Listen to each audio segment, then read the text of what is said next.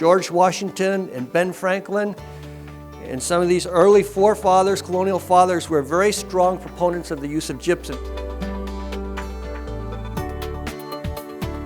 And what it is, again, it's calcium sulfate, contains roughly 20% calcium and 16% sulfur in the sulfate form. And that's really important because this material is so finely ground and it's water soluble. It's very, very reactive in the soil. And that's important. And the fact that plants can use sulfur in the sulfate form, this form is readily available to the plant. So as it moves down through the soil profile, flooding that profile, we're providing adequate sulfur there for the plants to balance with the nitrogen to make protein. You know, the major nutrients, N, P, K, those are what everybody talks about in most of our fertility programs. But we often forget that calcium and sulfur are also macronutrients, are required in high amounts by the plant.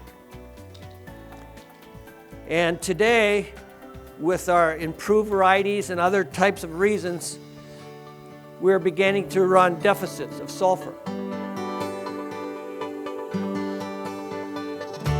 We grow bigger roots, and that can take up more water, but also the air-water exchange was also improved by our gypsum treatment.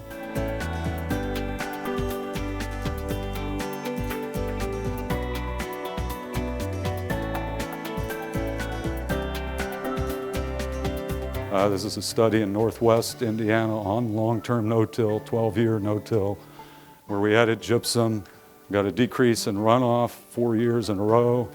4 years in a row we reduced soil loss, and to our surprise we reduced soluble reactive phosphorus even more significantly, and that's all highly significant.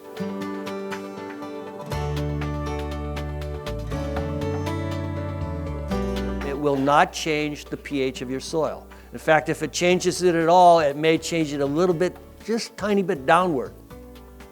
And that's a misconception many people have, that this calcium sulfate is a substitute for lime. That is not the case.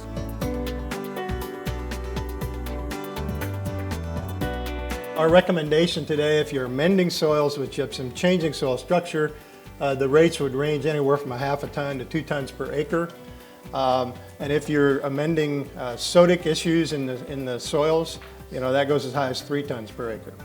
If you're using it as a nutrient source, and it kind of depends on the crop and the amount of sulfur that you need, again, this is a sulfate form, we're recommending anywhere from 300 to 1,000 pounds where it's registered as a nutrient in that particular state.